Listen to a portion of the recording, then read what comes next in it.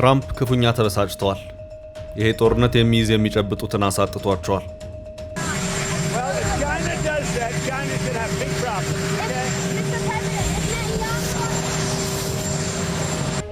በተለይ ደግሞ የድርድሩ መክሸፍ ለትራምፕ ነገርን አክብዷል። We have been at it now for 21 hours and we've had a number of substantive discussions with the Iranians. That's the good news. The bad news is that we have not reached an agreement, and I think that's bad news for Iran much more than it's bad news. የትራምፕ ሆርሙዝን ኢራን ዘጋችው እናስከፍተው የአንድ ሰሞን ኡታና አሁን ደግሞ እኛ ልንዘጋው ነው አባባል የአሜሪካ ባለስልጣናትን ሳይቀር ግራ አጋብቷል።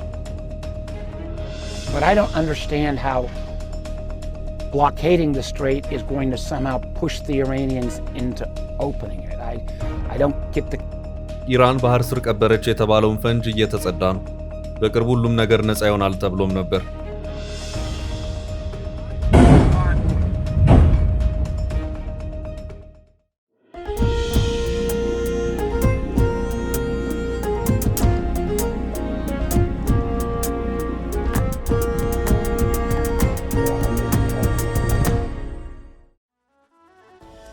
የትራምፕ ጭንቅ ምን ነው በቀረብኝ። ጦርነት አቅደው ቢጀምሩትም አቅደው የሚጨርሱት ግን አይደለም። ጦርነት ሲጀመር ቀላል የሚመስል ነገር ግን በሂደት መውጫ ቀዳዳ የሚጠፋ አደገኛ ክስተት ነው። ትራምፕ ቀለል አድርገው እጅ ስጡ በማለት የጀመሩት ጦርነት አሁን ለመቋጨት ከብዷል። ጣጣውም መላ ዓለምን በኢኮኖሚ ፈተና ውስጥ ከቷል። ትራምፕ ይህን ጦርነት በማስፈራራትም በድርድርም ሊያቆሙት ቢሞክሩት አልሆነም። በተለይ ደግሞ የሆርሙዝ መዘጋት ጦርነቱ ሌላ መልክ እንዲይዝ አድርጎታል። አሁን ትራምፕ ሆርሙዝን ለማስከፈት ሆርሙዝን መዝጋት አለብኝ የማለታቸው ጉዳይ በርካቶችን ግራ እያጋባ ነው። ትራምፕ የሆርሙዝ ሰርጥ በኢራን ክርችም ብሎ ተዘግቶ የመቅረቱ ጉዳይ ነጋ ጠባ አንጀታቸውን እየበላው እንደቀጠለ ነው። አንደኛው ወር አልፎ ወደ ሁለተኛው ወር እየገሰገሰ የሚገኘው የአሜሪካ እስራኤል ኢራን ጦርነት ሆርሙዝ ላይ ተቀርቅሮ መሄጃና መመለሻ መንገዱ እንደጠፋበት ነው። አሁን ጦርነቱ ከ40 ቀናት በፊት ሲነሳ የነበረበትን ኒኩሌር የተባለውን መነሻ ሐሳብ ስቶ ነገሩ ሁሉ ሆርሙዝ ሰርጥ ሆኗል። ኢራን በዚህ ጦርነት ሆርሙዝን እንደ ዋነኛ ስትራቴጂካዊ የበላይነት ማስጠበቂያ መሳሪያ አድርጋ መጠቀሟ ትራምፕ በኢራን ሊያገኙት ያሉትን ድል እውቅና አልባ አድርጎታል። ትራምፕም አሉ ባካሄድናቸው ጦርነቶች የኢራንን ባህር ኃይል፣ አየር ኃይል፣ የአየር መከላከያ ስርዓትን ከጥቅም ውጭ አድርገናል። መሪዎቻቸውን አንድ በአንድ ገለናል። እናም በኢራን ውስጥ አሁን ያሉት መሪዎች እንደቀደሙት መሪዎች ጽንፍ የረገጠ አስተሳሰብ ያላቸው ሳይሆኑ የለዘቡና አቤት ወዴት የሚሉ ናቸው። ባሸነፍነው ጦርነት ግድ የለም እንደራደር ያልነውም ለዛ ነው። ሆርሙዝን በጋራ እናስከፍት ብንላችሁም ቢያላችሁን ሀገራትና አካላት አሁን ሆርሙዝን ዘግቶ ሊያቆማቸው የሚችል ኃይል ስለሌለ ሂዱና ነዳጃችሁን ውሰዱ ሲሉም ነበር ፕሬዝዳንት ዶናልድ ትራምፕ በተለያዩ ጊዜያት የተናገሩት። የአየር ኃይል የላትም፣ ታሪክ አርገኗል፣ ባህር ኃይሏ ከባህር በታች ሆኖ ቀርቷል የተባለችው ኢራን ግን ሆርሙዝ ላይ ኬላን ዘግታ ከሚተላለፉ መርከቦች ቀረጥ መሰብሰብንና ኪሷንም በዶላር ማደለቡን ተያያዘችው። ይህንን የተመለከቱት ትራምፕም ይሄ በተኩስ አቁም ስምምነቱ ወቅት ከደረስንባቸው የመግባቢያ ነጥቦች ውጪ ነው፣ እናም ቀረጥ ስብሰባ የሚባለው ነገር ኢራን ቢቀርባት ይሻላል ሲሉም ትራምፕ አስጠነቀቁ። ነገር ግን በኢራን በኩል የሚሰማ ጆሮ ጠፋ። ኢራን እንደውም ባለፈው ቅዳሜ ለእሁድ ተካሂዶ ያለምንም ስምምነት በተቋጨ የፓኪስታኑ ድርድር በሆርሙዝ ቀረጥ መሰብሰቢያ አይግረማችሁ እንደውም ሆርሙዝን ጠቅልዬ ራሴ ሉዓላዊ ግዛት የማደርግበት ሁኔታ እንዲኖርም ጭምር እፈልጋለሁ ብለው አረፈች። እናም ኢራን ከድርድሩ መልስ በሆርሙዝ ላይ የጀመረችውን ቁጥጥር ቀጠለችበት። የቀረጥ ስብሰባውም ተጠናክሮ ወደፊት መሄድ ጀመረ። ኢራን እንደውም ከኔ ጋር የተፋለሙት የእስራኤልና የአሜሪካ መርከቦች በሆርሙዝ ሰርጥ እንዲያልፉ አልፈቅድም ስትል አስታወቀች።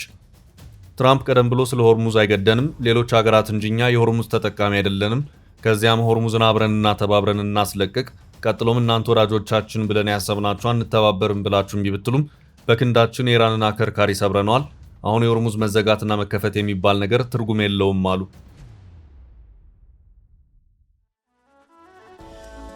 ትራምፕ ከቀናት በፊት ደግሞ ኢራን ይህንን የሆርሙዞች መጥ ካልከፈተችና ራሷንም ለድርድር ዝግጁ ካላደረገች ከዛሬ ሌሊት አታልፍም፣ ስልጣኔዋን ሁሉ ላይመለስ ደመስሰዋለሁ አሉ። ከዚያም ትራምፕ በትላንትናው ዕለት ደግሞ የአሜሪካ ባህር ኃይል የሆርሙዝን ወሽመጥ እንዲዘጋ አደርጋለሁ ሲሉ አንድ መልእክታቸውን በትሩዝ የማህበራዊ ትስስር ገጻቸው ላይ አስነበቡ። ይህንኑ ከመጀመሪያ እስከ መጨረሻ ሆርሙዝ የሚለውን የትራምፕን ዕለታዊ መልእክትም በርካታ ዓለም አቀፍ ሚዲያዎች ተቀባብለው ዘገቡት። እንደዚሁም ተንታኞችም የየራሳቸውን ሙያዊ ሐሳባቸውን ሰጡበት። በዚህ መሃል ግን አንድ ሁለት የሚሆኑ ጥያቄዎች በበርካቶች ሐሳብ ውስጥ መንሸራሸር ጀመሩ። ይኸውም አንደኛው ቀድሞውኑ በኢራን ተዘጋ የተባለውን የሆርሙዝ ወሽመጥ የአሜሪካ ባህር ኃይል እንደገና በድጋሚ ለምን መዝጋት አስፈለገው የሚል ሲሆን፣ ሌላኛው ጥያቄ ደግሞ ሆርሙዝን እኛ እንጠቀምበትም እኛ ኢራንን አከርካሪ ሰብረን ስላጠናቀቅን ማንም ሀገር ነዳጅ ከፈለገ በሆርሙዝ መስመር መጠቀም ይችላል በተባለበት ሁኔታውን ደግሞ ለምን ሆርሙዝን እንዝጋው የሚል ሐሳብ መጣ የሚለው ነው። የዲሞክራቱ የሴኔት ተወካይ ማርክ ኮርነር ኢራን የዘጋቸው የተባለውን ወሽመጥ እንደማስከፈት ለምን መዝጋቱ አስፈለገ ሊገባኝ አልቻለም ብለው ከሚጠይቁ ሰዎች መካከል ናቸው። But I don't understand how blockading the strait is going to somehow push the Iranians into opening it. I don't get the. በዚህ ዙሪያ CNN ድረገጽ ላይ ሰፋ ያለ ሙያዊ ትንታኔውን ያስነበበው ጸሐፊው ዴቪድ ጎልድማን ነው።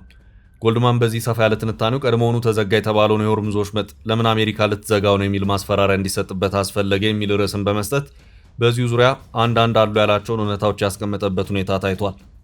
ጸሐፊው ጎልድማን በዚሁ ትንታኔው ቀደም ሲል ሆርሙዝ ተዘጋ ተባለ እንጂ ነገሩን በሚገባ ፈትሸን በጥልቀት ስንመለከተው ቴክኒካሊ አልተዘጋም ሲል ሐሳቡን ሰጥቷል።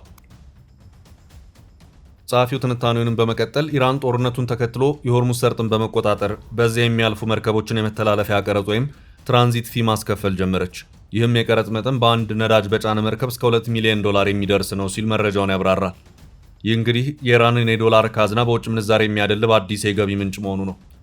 ዴቪድ ጎልድማን ይህንኑ ትንታኔውንም በመቀጠል ጦርነቱ ካስከተለው ዓለም አቀፍ የነዳጅ ቀውስ ጋር በተያያዘ ትራምፕ ኢራን ከዚህ ቀደም የተጣለባትን የነዳጅ ማዕቀብ በማላላት ነዳጇን ለውጭ ገበያ እንድታቀርብ አደረጉ። ኢራንም እድሉን በሚገባ ተጠቀመችበት። ይህ የኢራን ነዳጅ የሚያልፈው ደግሞ በሆርሙዝ በኩል ነው ሲል አስቀምጦታል። እንደ ጸሐፊው ትንታኔ ከሆነ በዚህም እሰየው በማለት ኢራን በቀን 2 ሚሊዮን በርሜል የሚጠጋ የነዳጅ ድፍድፍን ኤክስፖርት ታደርግ ነበር። እናም ኢራን ሆርሙዝን ጥርቅም አድርጌ ዘግቻለሁ ስትል በሌላ አነጋገር በዘጋውም ለራሴ ጥቅም በሚያመቸው መልኩ እየተጠቀምኩበት ነው እያለች ነው። ለዚያም ነው የሲኤንኤኑ ጸሐፊ ዴቪድ ጎልድማን ትንታኔው ቀደም ሲል ሆርሙዝ ተዘጋ ተባለ እንጂ በሚገባ ፈትሸን በጥልቀት ስንመለከተው ቴክኒካሊ አልተዘጋም ሲል ሐሳቡን ማብራሪያውን የሰጠው። ታዲያ አሁን ምን ተከስቶ ነው ትራምፕ በትሩዝ የማህበራዊ ትስስር ገጻቸው የማስፈራሪያ መልእክታቸው ሆርሙዝን የአሜሪካ ባህር ኃይል እንዲዘጋው አደርገዋለሁ ያሉት የሚለው ጉዳይ ወሳኙ ጥያቄ ነው። በሌሎች ተንታኞችና በሲኤንኤኑ ዴቪድ ጎልድማን ማብራሪያ መሰረትም ኢራን ሆርሙዝን ለራሷ ጥቅም ማዋሏ ትራምፕን ክፉኛ አበሳጭቷል። በተለይ ደግሞ ከመርከቦች መተላለፊያ ቀረጥን እየሰበሰበች የዶላር ኪሷን ማደለቧ ትራምፕን ክፉኛ ጸጉር አስነጭቷል። ከአሜሪካና እስራኤል ጋር እየተፋለመች መሃል ላይ በ15 ቀናት የተኩስ አቁም ስምምነት ረፍት ላይ ያለችው ኢራን በመሃል የገቢ አቅሟን እያጠናከረች መሄዷ ትራምፕን ረፍት ሊሰጥ አልቻለም። በተለይ ደግሞ ቅዳሜ ለእሁድ ለ21 ቀናት የተካሄደው የሁለቱ ሀገራት የፓኪስታን ድርድር መክሸፍ ነገሩን የበለጠ አወሳስቦታል። We've been at it now for 21 hours and we've had a number of substantive discussions with the Iranians. That's the good news. The bad news is that we have not reached an agreement, and I think that's bad news for Iran much more than it's bad news. እናም ትራምፕ በመጨረሻ ማውጥተውና አውርደው የደረሱበት ድምዳሜ ይህንን የሆርሙዝን የነዳጅ መተላለፊያዎች መጠን በመዝጋት እኛ ደግሞ በተራችን የኢራንን ጉሮሮ እንዝጋ የሚል ነው።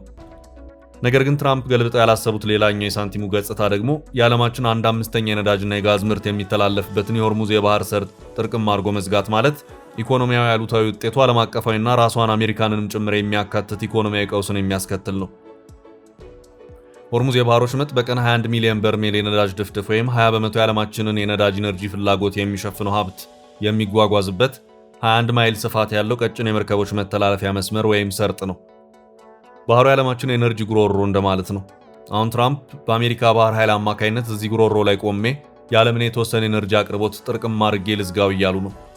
ይህ ከሆነ አጠቃላይ ዓለም የኤነርጂ ገበያ የሚረበሽ ይሆናል። የአሜሪካ ጦር የሚዘጋው የባህር ቀጠና ኢራን ወደቦች መሆናቸውን በማመልከት ማሻሻያ አድርጎበታል። ሌሎች በወሽመጡ የሚንቀሳቀሱ መርከቦችን ማንም አይነካም ተብሏል። ኢራን ለዚሁ የትራምፕና የአሜሪካ ጦር ዛቻ ምላሽ አለኝ ብላለች። የአገሪቱ አብዮታዊ ጦር ባወጣው መግለጫም ማንኛውም በሆርሙዝ አቅራቢያ የሚጠጋ የጦር መርከብ በግልጽ የተኩስ አቁም ስምምነቱን እንደጣሰ ይቆጠራል ሲልም አስታውቋል። ይኸው የጦር ኃይሉ መግለጫ አክሎም በዚህም አስፈላጊው እርምጃ ሁሉ እንደሚወሰድ ከወዲሁ መታወቅ አለበትም ብሏል። ትራምፕ አድቀን ከባህር በታች ቀብረነዋል ያሉት የኢራን ባህር ኃይል ሆርሙዝ ላይ ያለው ብቅ ካላችሁ እንገናኛለን ሲልም አስታውቋል። እንግዲህ በሆርሙዝ የኢራንን ወደቦች እዘጋለሁ ያለው የአሜሪካ ባህር ኃይልና እንዳትጠጉኝ ያለው የኢራን አብዮታዊ ዘብ በምን መልኩ ጉዳያቸውን ይጨርሳሉ የሚለውን ጉዳይ በቀጣዮቹ ሰዓታት የሚታይ ይሆናል። በነገራችን ላይ ትራምፕ ሆርሙዝን ካልዘጋው በማለት ያዙ ይልቀቁኝ ከሚሉባቸው ምክንያቶች መካከል አንደኛው ቻይና ለኢራን የጦር መሳሪያን እያቀበለች ነው በሚልም ነው። ከሰሞኑ ከዚሁ ጋር በተያያዘ ሲኤንኤን ያሰራጨው አንድ መረጃ የትራምፕ አስተዳደርን እረፍት የነሳው ነው ታይቷል። በዛሬው ዕለት ሲኤንኤን ከአስተማሚ ምንጮች ያገኘሁት በማለት ይዞት የወጣው መረጃ ለአሜሪካና እስራኤል አስደንጋጭ ሆኗል። ሲኤንኤን ባለፈው ቅዳሜ የፓኪስታኑ ድርድር ከመክሸፉ በፊት ይፋ ያደረገው መረጃ በ39 ቀናት ለአስጨራሽ ፍልሚያ ውስጥ የከረመችው ኢራን ያላት የጦር መሳሪያ ክምችት እንዲመናመን ለማድረግ በአሜሪካና እስራኤል በኩል ብርቱ ርብርብ ሲደረግ ቢከርምም አሁን ግን ሀገሪቱ በመርከብ አዳዲስ መሳሪያ አቀባዮችን ያገኘች መሆኑን ያመላከተበት ሁኔታ ታይቷል።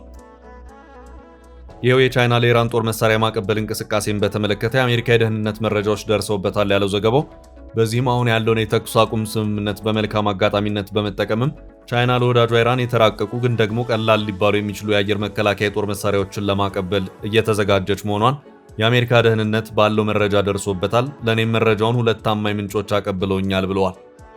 ቻይና ለኢራን ልታቀብል ነው ከተባሉት የጦር መሳሪያ አይነቶች መካከልም ትከሻ ላይ ሆነው የሚተኮሱ የአየር መቃወሚያዎች መሆናቸውንም ይኸው የሲኤንኤን ዘገባ አክሏል።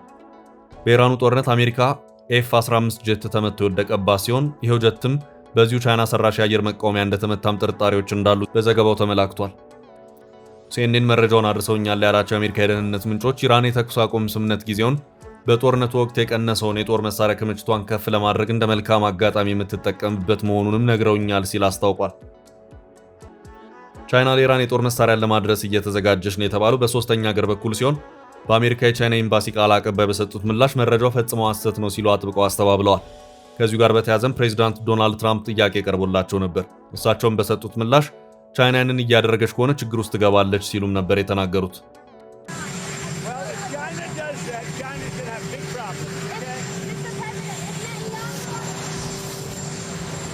ትራምፕ እየተበሳጩም እየፎከሩም እያስፈራሩም እያባበሉም ቀጥለዋል። ጦርነቱ ግን ሲገቡበት ሰፊ ሊወጡበት ያልቻሉት የመርፌ ቀዳዳ በመሆኑ ትራምፕን ምን ነው በቀረብኝ የሚያስብል ሆኗል።